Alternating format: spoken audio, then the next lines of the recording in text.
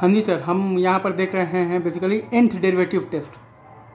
तो अगर आपके पास f plus x is equal to zero है at x is equal to alpha, right, तब आप निकालते हैं बेसिकली f तो double dash alpha, f triple dash alpha, f four dash alpha और dot until we get the first non zero value, जब तक कि पहला नॉन जीरो वैल्यू ना आ जाए। और अगर आपके पास पहला नॉन जीरो वैल्यू जो है वो अगर आपका ऑड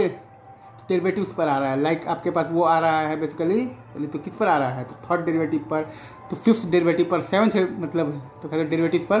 तो तब तो वहाँ पर तो देन नाइदर लोकल मैक्सिमा है और नॉर आपके पास लोकल मिनिमा है, तब तो वहाँ पर ना ही लोकल मैक्सिमा है और ना ही आपके पास लोकल मिनिमा है। लेकिन अगर आपके पास फर्स्ट नॉन जीरो वैल्यू आ रहा है आपके पास इवन डेरिवेटिव्स पर, लाइक वो आ रहा है आपके पास सेकंड डेरिवेटिव पर, फोर्थ डेरिवेटिव पर और सिक्स मतलब डेरिवेटिव पर, एट्थ डेरिवेटिव पर, ऐसे, तब हम लोग देखेंगे कि जो आ रहा है बेसिकली नॉन जीरो वैल्यू, अगर वो जीरो से बड़ा है तो पॉजिटिव है, तब वहाँ पर लोकल मिनिमा है, और अगर वो जीरो से छोटा है नेगेटिव है, तब वहाँ पर लोकल मैक्सिमा है, राइट। अगर मैं एक बार तो फिर से बोल देता हूँ, nth डेरिवेटिव टेस्ट में ये होता है कि अगर आपके पास f plus x is equal to zero है at x is equal to alpha, तो हम लोग निकालेंगे f double dash alpha, f triple dash alpha, f four dash alpha और dot until we get the first non zero value, right.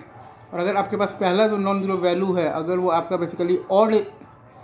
तो derivative पर आ रहा है फिर, ठीक है, तब तो वहाँ पर ना तो लोकल मैक्सिमा है और ना ही वहाँ पर लोकल मिनिमा है, राइट। और अगर आपके पास पहला नॉन जीरो वैल्यू जो है अगर वो आपका इवेंट डेरिवेटिव पर आ रहा है, तब देखेंगे कि उसका वैल्यू क्या है। अगर उसका वैल्यू जीरो से बड़ा है तो पॉजिटिव है, तब वहाँ पर लोकल मिनिमा है, और अगर उसका वैल्यू जीरो से छोटा है नेगेटिव है, तब वहाँ पर लोकल मैक्सिमा है, right sir, is it true.